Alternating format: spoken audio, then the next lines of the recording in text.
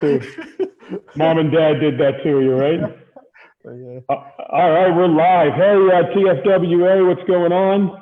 Live again with our 2 o'clock show here, and I've got Ivy League Princeton coach Chris Ayres, and he's got one heck of a program that he's built up there after 14 years. How are you, Coach? I'm doing great, doing great. Happy to be on. Excited for this. Yeah, awesome. Thank you so much.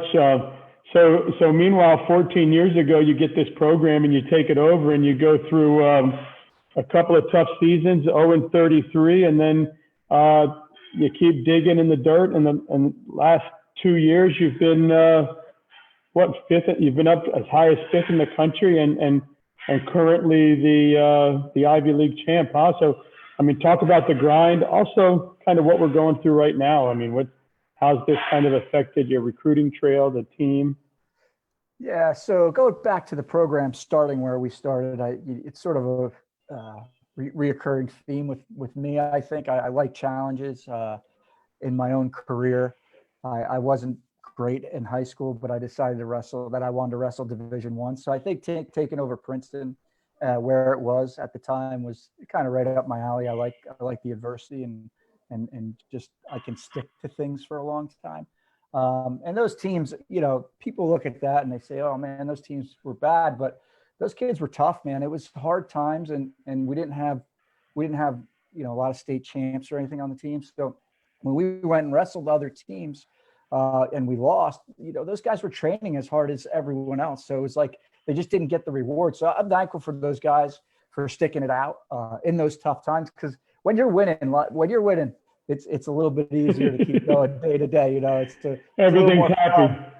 Yeah, exactly. And so those kids were tough. They stuck it out, and really they laid the foundation for where we are today. And without them, we wouldn't have the program that we do today. Fast forward to this year and you get to the coronavirus thing, and it was devastating. I just kept saying the week that things shut down for the NCAA, I just said, hey, let's just get us on that plane. Just get us on that plane. And because things were starting to look bad on Monday of that week. And as we progressed, it got worse and worse. But we had maybe the best team we've ever had at Princeton. You had 7 or something that qualified, right? We had 6 qualifiers, but the thing of it was we had 4 guys ranked in the top 8. The goal was to get a trophy essentially. And generally that takes 5 All-Americans. They got to score points. And if you have a national champ, it helps a lot. So that's what our goal was. We thought we could do it. We had 4 guys ranked in that range. And then we thought we could slip someone else in and give ourselves a shot to get a trophy. And so, the Corona thing hit and here we are. And so since then I had a period of mourning for about 2 weeks once they canceled the NCAAs. I don't know. I don't even recall what happened in that time period. I have to ask my wife. I sort of just went away somewhere. And then we came out of it. Now, we're just we're really, it's like when 9/11 happened. There was a new normal afterwards, right? And, as terrible as things that was, and it was incredibly horrible. Our security got so much better. Before getting on an airplane, it was a little bit different. Oh, I remember being at Newark or Philly. You could walk all the way down. I could meet somebody. Yep. And after that, I was up in Philadelphia the week it happened. My wife was in school. Oh, wow. And I remember I was walking into the car dealership where I was working down in Philly, and I'm looking for everybody. I'm like, hey, where is everyone? And I turn around and everyone's at a TV, and you know what happened. So, wow. Yeah, and it was like the lights turned off completely. So just trying to figure out the new normal because how we operated before is not going to be how we're operating now. I mean, even you with this show, you got 50 shows under your belt or something like that. It's there's a lot of this crazy stuff. So in terms of recruiting, it's totally changed. And then also, how are we going to coach our team and what things are we going to focus on when we can't be together, which we probably won't be together for a little bit of time here. So, so we're still figuring it out is what I would say right now. You think we're going to start seeing wrestling matches done in like those pool bubbles where the kids in the bubble and they're bouncing against each other to see, and we'll see who can get them out of the circle? Yeah, I don't know. I mean, it's funny. We already have protocols for like sanitation, like skin checks and, those type of things. So we might be a little bit ahead of the curve, actually. Yeah, I have a gentleman he's the FAWA president down here, and he's coming on next week because I guess they released now, and you've probably seen it, the USA Wrestling documents or whatever on starting to get the clubs open and requirements on tournaments and stuff. So I reached out to him and asked him to come on and discuss it so people can kind of hear, especially good for coaches and kids and parents wondering what's happening next. And I don't want to read 38 pages of a document from USA Wrestling, but he did send it to me. So I'll probably skim through it, but I'd much rather he comes on and tells the world about it. Oh, for sure. I do a lot of stuff. And so my wife is actually one of the board members of New Jersey Freestyle Wrestling. So she's pretty intimate with the USA Wrestling stuff. New Jersey kind of came up with their own set. And it's funny that USA Wrestling's 38 pages. I'm not like putting it down, but I generally do. When I have meetings or anything, I put everything on one page. And that's all you give a person. I just think, you can't, it's going to be too hard if it's 38 pages. So even with our document, it's one page. And here's the thing, because I don't know if people are going to stick to a 38 page procedure. Well, I know when I saw the document come over to me, I was like, oh my God, I can barely listen to like a book on radio. Like, I'm going to read that. My eyes are going to cross. Dan Luke just said, thanks for all your videos, Coach Ayres. Your daughter is a hammer. Thanks. Yeah, the videos are watching it. It's funny. People think I train her, but the reality is I have my own team, and then she's on her own team. So really, through the winter, I don't work with her hardly at all, and I don't really ever work with her on a very long timeline. So this has been a blessing, huh? Yeah. So it's been really cool. We have a whole routine. My son wrestles too. We work out 6 days a week at 7 a.m. And wrestling technique is part of it. So it's been phenomenal. It's been you look for positives. I mean, I think I'll remember this time, and they will too. I think they're going to remember those mornings very positively. So we've been having a lot of fun with that. Oh, it's awesome. And as far as being a dad, I know I ask wrestling dads this who are also coaches, man. And I think you spoke on it. You try to separate the two because you put her on her own team. I'm sure she still comes for advice or stuff, but talk about the feeling of being a parent when she won the states. Yeah. Because you weren't a coach there, right? You were a parent. Yeah. I get I get that question a lot. Like, what's the difference between coaching my guys and then coaching my kids? And it's funny, like up to the second the whistle blows, it's all the same. It's like preparation, and I make sure she's warmed up. I kind of go through the same checklist I go through with my guys. Well, actually, they have a little checklist that they do. But something happens when the whistle blows. I lose my mind a little bit. Like, so it's actually good that I'm not in her corner. I think for like states, because when I coach her in freestyle, and sometimes in the corner I'm screaming, and I have to catch myself and be like, Chris, what are you doing? You sound like a wild maniac. You got to chill out, You're that parent now, right? Yeah, no, exactly. I'm like, what is wrong with you? You can't do that. And so, I would say there's, when she's wrestling, I lose control. I lose composure a little bit, to be honest with you.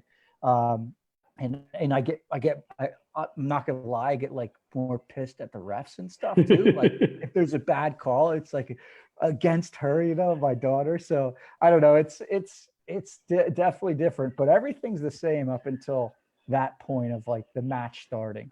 Maybe there's a Princeton women's team in the future. Yeah, it's funny you mentioned that. We actually have a girl on the team, and she's awesome, Demetra. And so another interesting thing about Princeton is I believe we had first and maybe only girl who ever competed in a D1 conference. So it's Audrey Pang, wrestled in the EIWA championships. I want to say it was 2001 or something around that time. So she competed for Princeton at 120, at 125, I believe. So there's precedent for it. You know, it's tough. I know it's going to happen with college wrestling and women. I'm kind of jumping around a little bit. It's going to be a sport. And you know what? In 25 years, we're going to look back at the time when there was no women's wrestling, and we're going to go, what the heck were we thinking? It's like soccer right now. Like, can you imagine there's no women's soccer? I mean, there was a time when there was no women's soccer, but you can't even fathom that at this point. So, I may put money on the women's team versus our men's team. Oh yeah, they're good. Yeah, I mean, they may be better.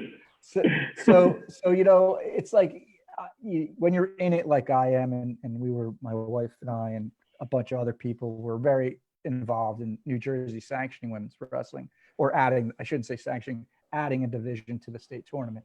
And so you learn things when you're doing it, and you're like, this is so dumb. Why?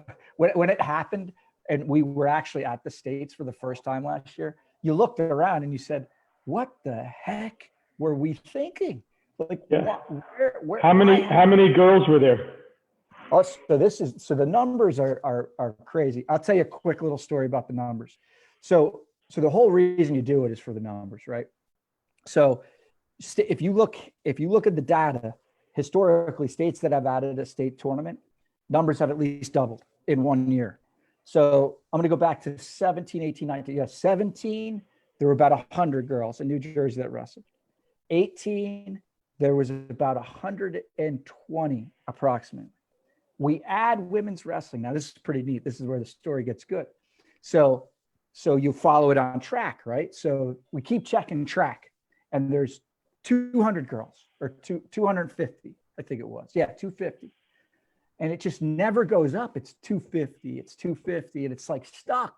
So we're like, okay, that's cool. We at least doubled it, right?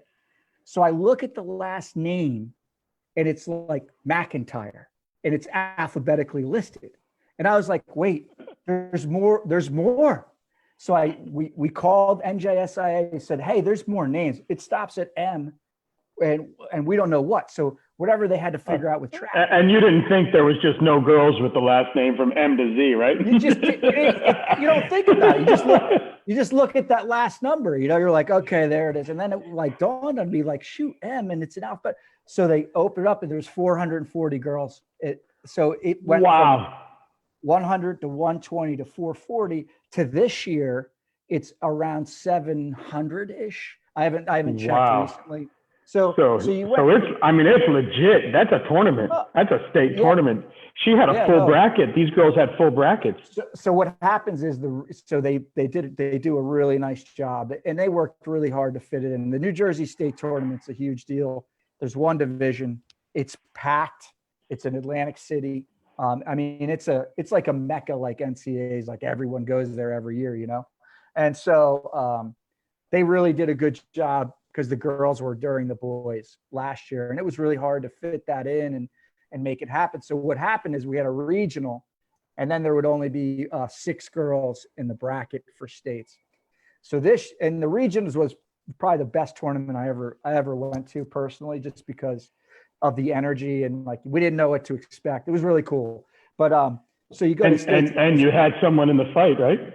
Yeah, no, exactly. Yeah, so, of course. I mean, you know, how involved would I have been if I had my daughter? Realistically, it's not on a coach's radar like the other D1 coaches. They think about it, and they're cool. Like, I mean, we have an Ivy League. We in our conference call, we talk about women's wrestling in the Ivy League. So it's not like we don't think about it. But I mean, my daughter, I'm thinking about it all the time. But the women's regions brackets they're going to have to make more regions now, because they were too big. But the state has to stay small if it continues to run with the boys. And like the quality of wrestling was so much better this year. And last year was good too. 6 girls at states, no, they're good. They're great at wrestling, because just think about it. You went from 118 So 440, there's a lot of new girls Wow. who never wrestled before in that mix. So there was whole teams. They had dual meets, girl high school dual meets. It's been really phenomenal. Yeah, there's a coach down here, and she's been adamant, and she's been talking it up. But I mean, I spoke to a girl wrestler who was the first 4-time girl state Florida champion, whatever, back in like 15 or 16 or something like that, maybe 14, I don't know. And I asked her how many girls were at states then, and she said 72 or something, right? Yeah. And she goes, I almost didn't even go because it was like she had a funny story, and I'll tell you that in a minute. But then this year at states, now states is not sanctioned, so this is just the girls that know the coaches get together. They go to Dr. Phillips High School and they wrestle, right? And there was 369, I think. So high school age or all high school age. So then have a tournament. You got to have a tournament. So then I talked to the gentleman that runs, I think it's the South Beach tournament or something down there. And he said 2 years ago, he had 6 girls. Last year, he had 60 girls. And this year, if it happens, there's going to be, who knows, right? So it doesn't make sense. And I have sons, but I have a heart, I have a brain, I have a mind. Like I'm human, right? I wasn't born in 1928. Like, just who cares, right? And meanwhile, there's some of them out there that if you put them on your boys' team, they're the best on the team. Yeah. So, it's the thing for me. The thing I walk away with the most out of the whole experience with women's wrestling, and I was definitely part of the problem because I wasn't pushing it in a lot of my career, right? I mean, I just was like, women's, and it's stupid. Like, I got so much out of this sport. I mean, it gave me everything. And why can't a woman get the same thing? It's my. The problem is you always hear, "Oh, it can't happen. Oh, you've got old hats in the chamber. They're not going to do anything for you." But they got to do it. So, Dan Luke again. If you weren't Ivy League, I'd send my son to you. So I don't know what that means. Does that mean that your son couldn't make it academically there, Luke, or not good enough wrestling wise? I don't know what that means there, but that's what he said. Don't take it the wrong way. I'm just reading what you wrote. That's funny. So I know that that's something that's big, and that's how you've grown your program is organizational leadership. So I know you're big on that. Talk a little bit about that and what you've done to kind of get your program from where it was when you first got there to where it is today as a national, not just an Ivy League powerhouse, but a national powerhouse. I mean, I'd like to see Glory wrestle with those 120s again and see where he comes out at. I mean, they're stacked in that division, right? Yeah, I know. It's so for me, I learned a lesson pretty quickly. As an assistant, you're focused really on the wrestling and the guys. And I was at Lehigh as an assistant for 6 years. We were top 10 every year that I was there as an assistant. Not saying that I did it, but I experienced a high level program. We got 2 trophies during that time. We were 3rd and 4th. So, I was in the room toiling and training and teaching wrestling. And then I go to Princeton and, in my head, I'm like, I'm going to turn this thing right around. Like, it'll be like, boom, like I know what I'm doing. And all I got to do is teach these guys how to wrestle. And pretty quickly I learned that like the teaching of the wrestling was about, this much of what needed to be done. And so what I've learned across 14 years, number one is when you kind of learn things looking back, like what you did well and you didn't maybe realize exactly. Some of the things you do are purposeful and you make a decision. Some of the things you do, you don't realize how important they were until you look back. For me, people were everything, and I think when you think about organizational leadership, it's getting the right people on board. It's getting those people motivated. And it's just getting as many people really behind you as you possibly can. And you look at all areas, you got to have the right wrestlers. So recruits, you got to be able to keep them on the team, the retention, You got to have fans, and then you got to have your administration working with you. So you got to have great coaches. So it boils down to people. And the teams you have coming in now, I mean, I remember my uncle sending me stuff on Facebook or text message where he's at your matches, and you've got, top 5 teams in the room. I mean, that's got to make a difference too, to put these kids up against the best in the country. They got to want to get better. And that's part of building it is I have some strange sort of things that I've done, but I think they work. So my whole philosophy in scheduling up until this point was to be 500. So you try to pick half the teams that you think you can compete with and beat. Then you pick half the teams that, maybe are a bit ahead of you. And then if you're 500, okay, that's not terrible because you kind of balance it that way. But if you're better than 500, you're in the top 10. Does that make sense? So, yes. We just kept building our schedule by challenging ourselves. When you're 0-35, just scheduling D1 teams is enough to be tough enough, but every year I think our schedule has gotten a little bit tougher. And so who's the best you had in the gym this year? Iowa was in this year, and they were ranked number 1. So we had the number 1 ranked team. That was our biggest draw too. I think there was about 3,500 people at that match. That had to be amazing. It was awesome. And so, by building that, I think we have drawn in a lot of fans, and, we wrestled them pretty tough too. That was a tough weekend. So this is crazy, Coach Ayres. Some people ask me if I hate my team, but because we wrestled, we traveled to Oklahoma State, wrestled them on Friday. We had a 5-5 split in that dual meet. We had a forfeit, unfortunately, to a skin infection, or that match could have been closer. Not saying we would have won, but and then we flew back and wrestled Iowa on Sunday. So people were like, but the thing of it is, like, that was the only weekend that worked for those 2 teams. So you got Iowa State. You got Iowa at Oklahoma State. You work around their schedules, right? So that's just. I swear to God, my first year, there were matches. I bet you there was less than 15 people at the match. Wow. It's just a couple parents and these 2 alums that always came. I can remember. So it's pretty neat to see now that it's pretty packed. And what does having some great schools in such a close vicinity of you? I mean, you have Rutgers, you've got the schools in New York City. And then, of course, you've got you got Blair right down the street, right? I mean, you can funnel some kids from there. I mean, it's got to make the competition. I guess anywhere in New Jersey, you walk into a wrestling room, but with Rutgers 45 minutes down there, do you guys do any, some exhibitions with them, some off-season practice, anything that goes on there that has kind of helped the program? We actually work together. So there's RTCs. I know you're new to the sport, but yes. there's these Olympic regional training centers at colleges, and Rutgers and us and Princeton share one. So we're actually work together pretty much 364 days a year. We work together, and then one day we try to kick the crap out of each other. Is that what they call the NJRTC? That's right. So NJRTC, I think I saw it. Like, that's where Pat Downey is and those guys. They're training or whatever. I think I see it on Instagram sometimes. I don't know much about it, but.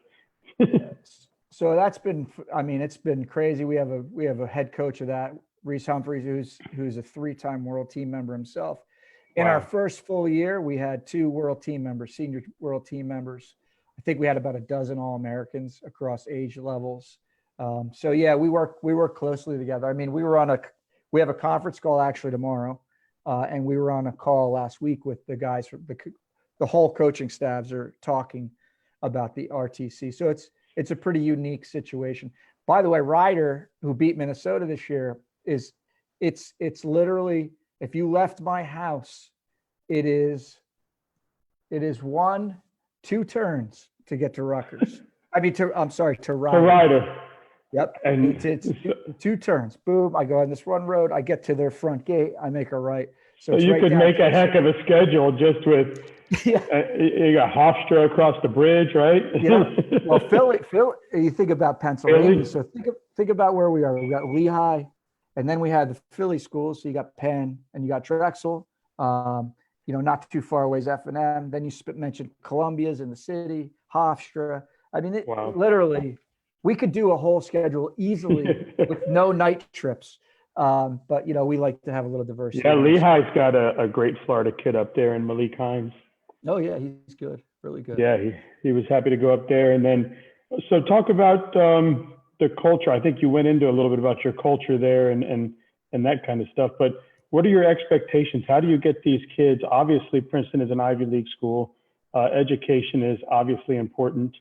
How are you able to separate the two, and how are you able to keep the kids focused on such getting that Ivy League education, but also we're now a powerhouse on the wrestling platform? So those are great questions. And so you don't separate them. What makes someone good, or what I should say, what makes someone great in one area of their life, usually the same things make them great in the other area of their life. So we believe that the challenges in academics actually enhance their wrestling, and the challenges they face in wrestling actually enhance their ability to do academics.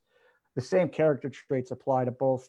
Whatever they do when they leave, they're going to take. It's not like what they learned in the class. It's not the technique we showed them. It was the character they carved out, and those character traits that really will carry them in life. And we actually have a manual. It's a book. It's called the Higher Standard Manual. There's like a piece that's called What It Takes to Be an All-American, and those are the tangible things, like you get practice when you're going to practice, and how to finish a single leg. But then there's the intangible.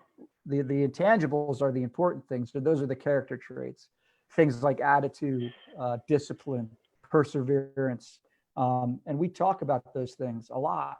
And so we really try to use the academics to enhance their wrestling. Here's the deal: like, people don't know this. I mean, I tell recruits, I try to scare recruits away. I say, hey, school is tough here. It's tough.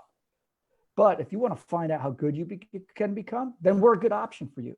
And here's the other thing. My guys on my team are the toughest people in the country by far.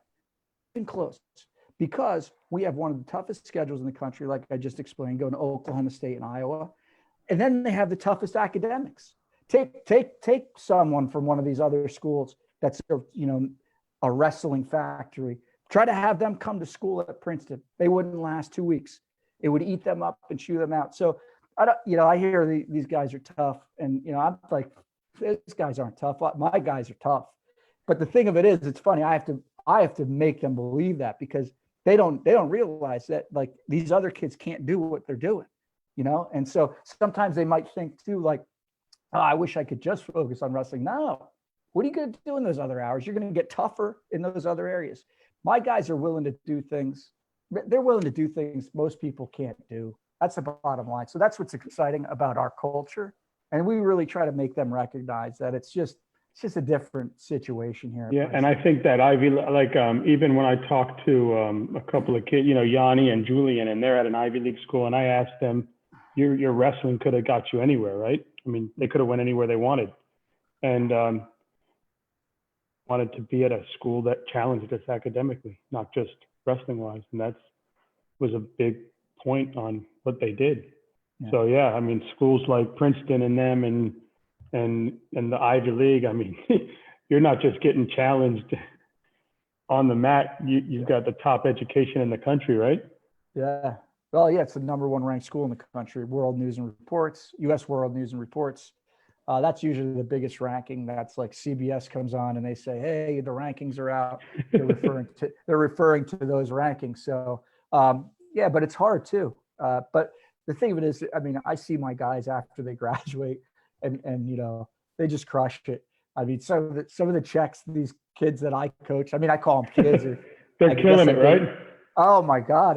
It's pretty cool. And beyond like the money thing, I think it's just a measurable thing, you can see it, but just doctors, lawyers, just really. Well, they need to have that opportunity. And I'm sure the Princeton alum that they're around every day or everywhere, I'm sure they're meeting the who's who of New York City and New Jersey and the world. And that's pretty awesome. Yeah.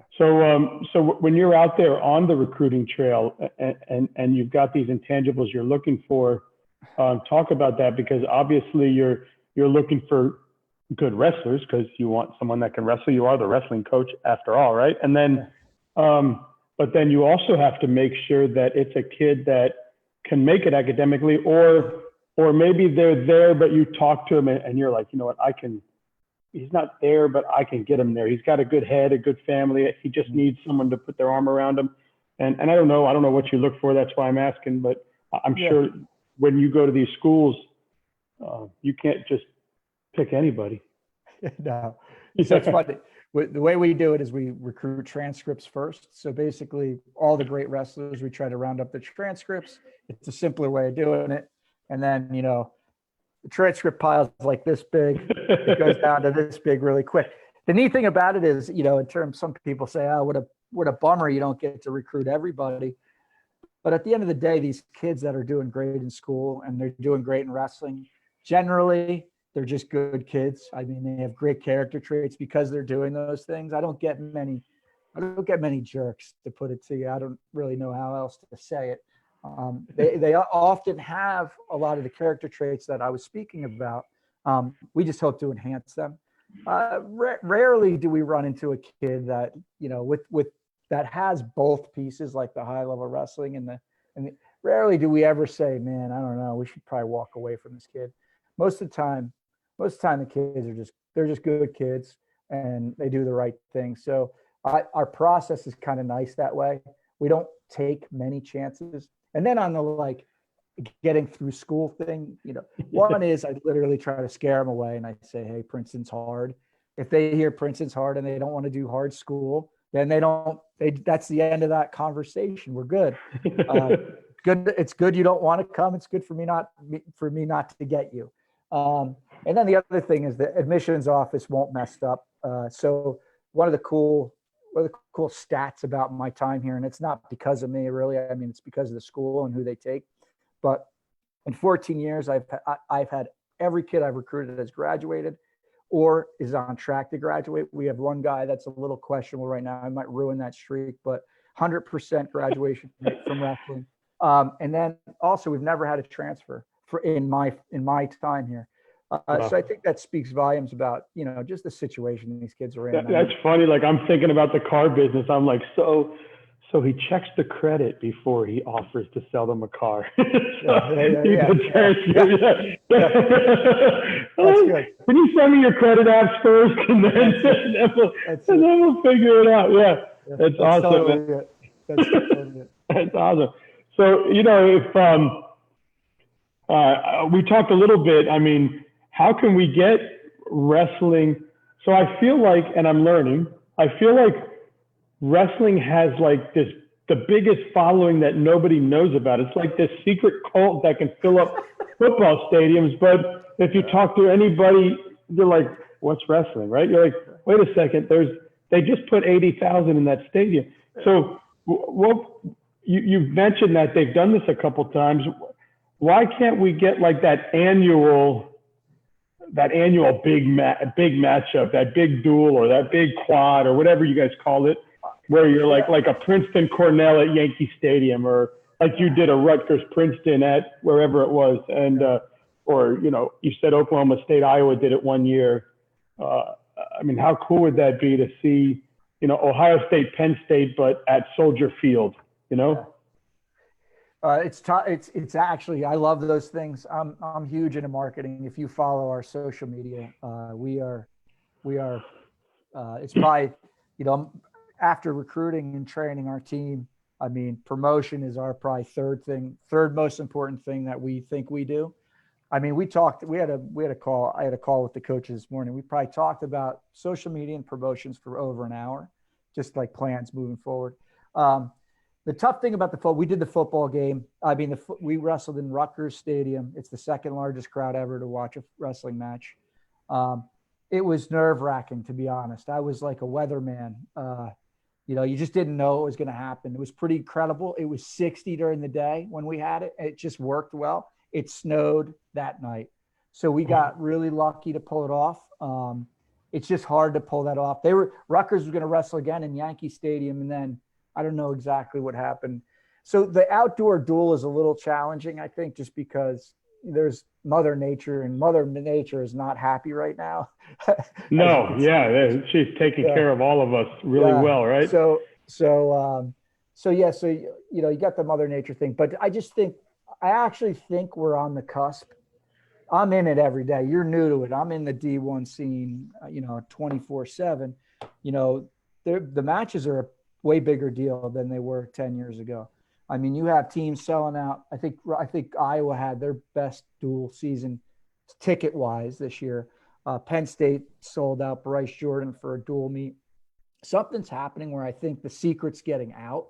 A lot of it, I think, is the coaches and the universities realizing that there's something to this. There's demand for this stuff, and so they're working a lot harder to promote it. And so the whole thing about the best kept secret that no one knows about, right? But Yeah. the coaches were like that too. I always talk about MMA. MMA is hyped up so hugely. Do those two guys really hate each other now? They hug each other after every time, after every fight. They're boys right after the fight. It's all showmanship. And I think I get crap for this sometimes, but I think we need more of that stuff. I mean, that create the drama of the teams going against each other, individuals going against each other. That's good stuff. I've said some stuff. I mean, I got burned on, but it's all right. It got people talking. So Yeah. I do those things a little bit. Or whatever. Maybe they do them in the indoor stuff. Maybe, like this Minnesota thing was a great idea, right? Or maybe they get to one of these big basketball stadiums or something. But we wrestled at Madison Square Garden as well. NBC, ABC. I mean, it's fun to watch. Or I don't know. I hear the Dake and the whatever, is it Burrows, that are always clamming at each other. And that's good. I always wonder behind closed doors if they're just eating a burger with each other, like cheers and doing all that stuff. I would say it's about 20% real. I think it's hype. I mean, they're taking a page from MMA. It's a good idea. I think some people hate it. Some people will hate that I just said that we should take some of what UFC does and we should do it. Some people hate that. But I that's what I believe. I think some of that. So they have. So who's Princeton? Who's your rival? Like, is it a Cornell, a Yale, a Rider, a Rutgers? Who's that one team that is like, it's like the Jets and the Dolphins? Cornell. I mean, for us, they're to give them credit, they're the most dominant team ever in the Ivy League of any sport. So they had this run of Ivy League titles that no one in any other sport had matched how many they had done in a row. And so that, they were the one we were trying to catch, and that's the way. So you need like a press conference, a presser, like at Madison Square Garden prior to your duels, where you got like, I don't know, who's Glory's weight class.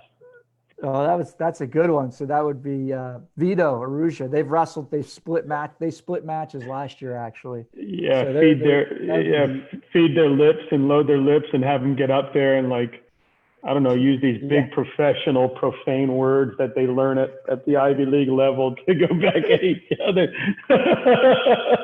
People like us will be like, what did he just call him?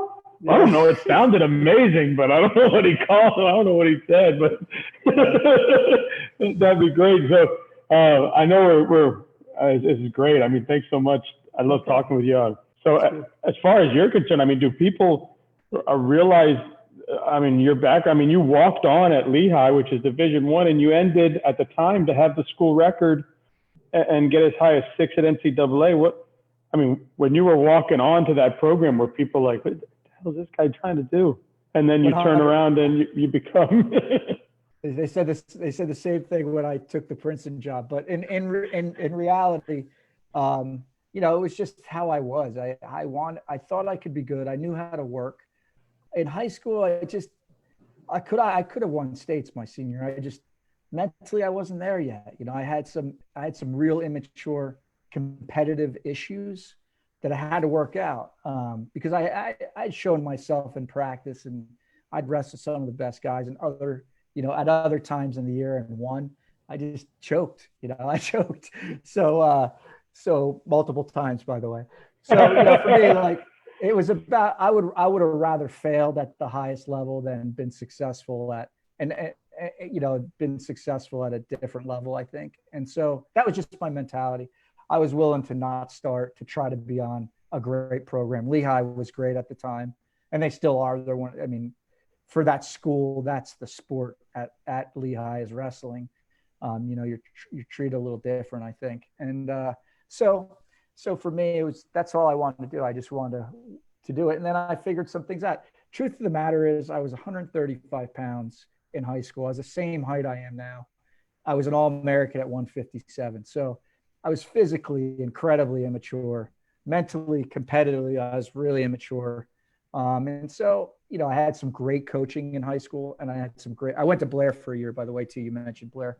I went to Blair for a year. That was huge. And then I just had the right people around me, and things worked out. Yeah. And, well, I think that it all worked out because to see your daughter get that state championship had to be better than any state or championship you could have ever won, right? Yeah. She has far more accolades than I did at her age. Yeah. She placed at Fargo. She's won states twice. I'm a lackey down here. Yeah. She's walking around her. She's got all the medals around her neck, right? Sure. Yeah. My dad's just the guy at Princeton. Yeah, exactly. Yeah. That's awesome, man. Well, obviously, I hear about you a lot because of my uncle. And he always speaks very highly of you. And just seeing a program build like you've built there should show the, like upper management at these colleges that you need to stick with a coach. I mean, moving coaches every 3 years or 5 years really doesn't build a program.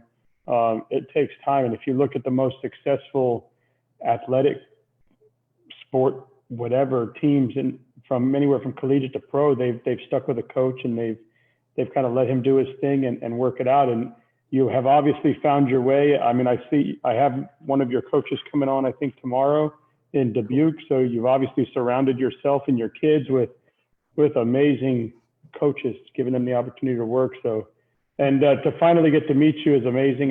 It's obviously an honor for me. And I hope to get my son up to you one day. And since you are an Ivy League school, I think I would send him to you. But I don't think I would, if you weren't an Ivy League, I'd send I think I have different dreams for him. I think it's the grade thing. Yeah, Hannah, Steve Hall just said, I can't wait to get up there so Hannah and Chloe can get back at it. Yeah, Hannah came up a few times. I know Hannah well. She's really good, and her and Chloe got along really good, and we had some good training. It's pretty neat. My wife put this thing together where they went to pretty much all the Ivy League schools and had training sessions. So she set up practices at Columbia, Harvard, Penn, Brown, and Cornell, and it was pretty awesome that the girls got to go to those places. So Hannah came up a few times. I loved it, man. She was definitely came from the furthest away to go to those. So that was cool. And she is definitely a stud as well. Yeah. Yep. Absolutely. She can definitely wrestle. Yeah. So let's get to my 10 questions here. I know we could probably keep talking for hours here. But that being said, I will get Daniel up there eventually. I know the camps this year, I think, are done, right? Are you still pushed to July, or did you even cancel July as well now? Cancel. The main push at Princeton right now is to get the kids back on campus in the fall. So everything that everyone's doing is directed towards that. And obviously we're in a little bit of a different situation still. Well, yeah, and you're in a hotbed of this. Hot zone. Yeah. Yeah, I mean, not too many people have been dying in New York City, right? I mean, it's terrible. Yeah. It's just getting crushed. They should have just turned off that subway system, man. It's like a moving virus carrier. It came from everywhere, Europe. They didn't expect that. Yeah, it's bad, but we're gonna get through this. Hopefully, of course. We'll get through it hopefully sooner than later. Yeah, I know these kids and what the wrestling community's been doing for these kids, especially yourself with the virtual sessions and things like that. We've seen all the clubs, and that's been pretty cool. So, all right, so you're down by 3. You're going into the third period. You have choice. Top, bottom, or neutral? Yeah, bottom.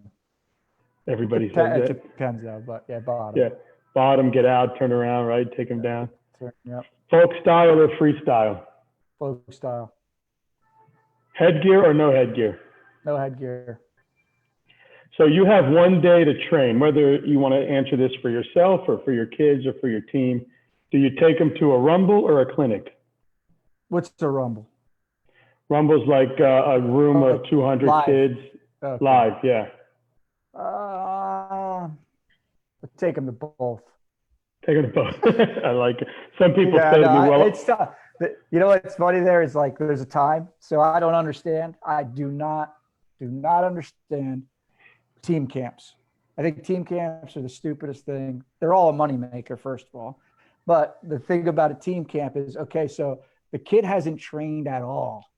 And you're going to send him to a camp and he's going to wrestle 25 times. Like, that's stupid in and of itself. Secondly, the summer is when you work on your technique, in my mind. That's when you add skills. That's when you explore. Yeah, so it depends. If it's during the season, like right before season starts, I'm sending him to the Rumble.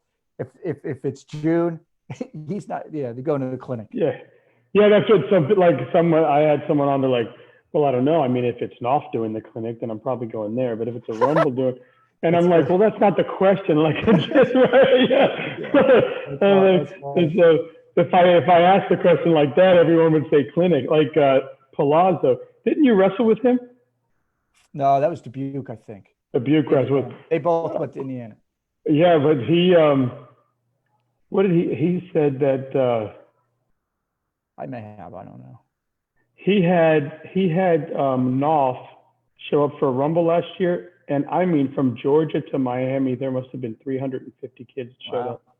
It was absolutely insane. Normally he gets about 150 kids, right? That's cool. But awesome. You put that guy in the room, it was like the whole world found out about it. Hey, I came. Yeah, I went. So who wins the rematch, Loudon Swain or Brian Shute? There's that question. You see, I finally watched the movie, guys. Loudon Swain. Hey, Loudon didn't have any muscles. I don't have any muscles. I'm always rooting for the guy with no muscles. He definitely had a nosebleed. Yeah. Which title holds more prestige, the 32 or the Fargo?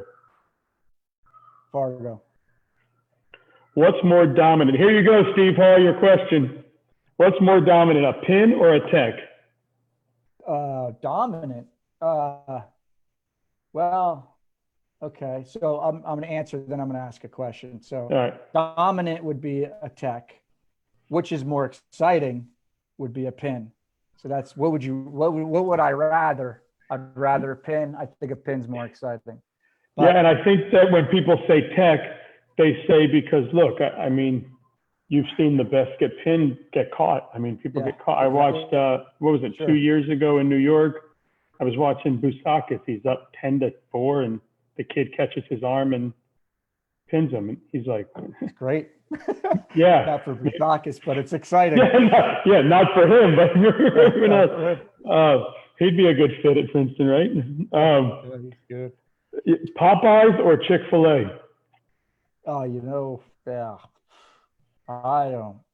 I'll go Chick-fil-A. I don't really eat out. I don't eat that stuff too much. Okay, so in your house, do you go burger or wings? Burger or wings? Yeah. I go wings. I like wings too. So since you're in that area, do you go Nathan's or Sabret's? I go Sabret's actually. Yeah, Sabret's are great, right? Yeah. Man, this has been. Go ahead. I'm sorry. It's the other one is Taylor ham or pork roll is another big one for for Jersey. Oh, I had the guy that's coaching at Joe Norton up at North Central, and he's in Illinois. So I said to him, like, Chicago dog or New York dog, you know? That's awesome. I try to, if you're in Philly, I guess you go with like Pat's or Geno's, right? Pat's or Geno's, yep. Yeah, or Tony Luke's. Tony Luke's. So that's awesome. Hey, this has been great. And awesome. Listen, if Chloe ever wants to come on when she's done being a A+ student. She's more than welcome to come on. Cool. That'd be awesome. I look And, forward. You did a great job. I love the questions. That was good. Really Oh, good. yeah, thank you, man. I appreciate it. And it's great to see you. And I hope to see you in person one day. And I got to get me a Princeton wrestling hat. So I got to get. Hey, send me an email. I'll get you some stuff. All right, man. I'll send it to you. Thank you, All right, sir. see you, man. Yep, have a Take good one. care. Bye. Bye.